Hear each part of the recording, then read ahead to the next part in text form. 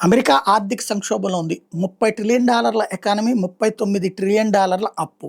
దాన్ని అధిగమించడానికే ఏదో ప్రపంచ దేశాల మీదన టారిఫ్‌లేస్తున్నానన్నటువంటి వంకతో అధిక పన్నులు తమ దేశ ప్రజల మీదనే వేసి లక్షల కోట్ల రూపాయల డబ్బులు సంపాదించి అప్పులు కాదు వడ్డీలు తీర్చుకునేటటువంటి పనిలో ఉన్నాడు ట్రంప్. అసలు నిజాన్ని దాచేస్తూ భావోద్వేగభరితమైనటువంటి అంశాల ద్వారా కథని నడిపిస్తున్నాడు.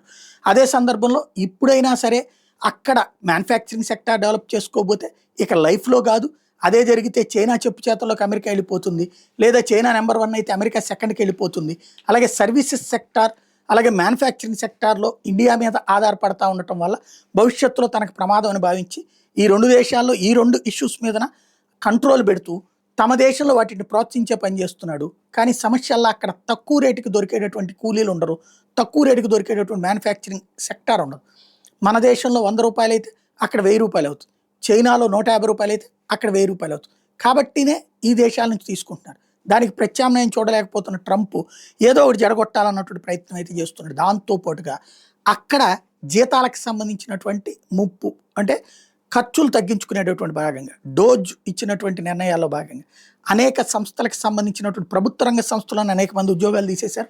మొన్న ఈ మధ్యన అట్లా తీసేసినటువంటి పోలీసులకు సంబంధించిన దాన్ని సమర్థించింది న్యాయస్థానం. దీంతో మరింత ధైర్యంగా ఇప్పుడు పొలిటికో మెన్షన్ చేస్తున్నటువంటిది ఏంటంటే మాస్ ఫైరింగ్ అంటే కాల్పులు కాదు, ఉద్యోగాలను తొలగింపేటటువంటి వ్యవహారాలు జరగబోతున్నాయట.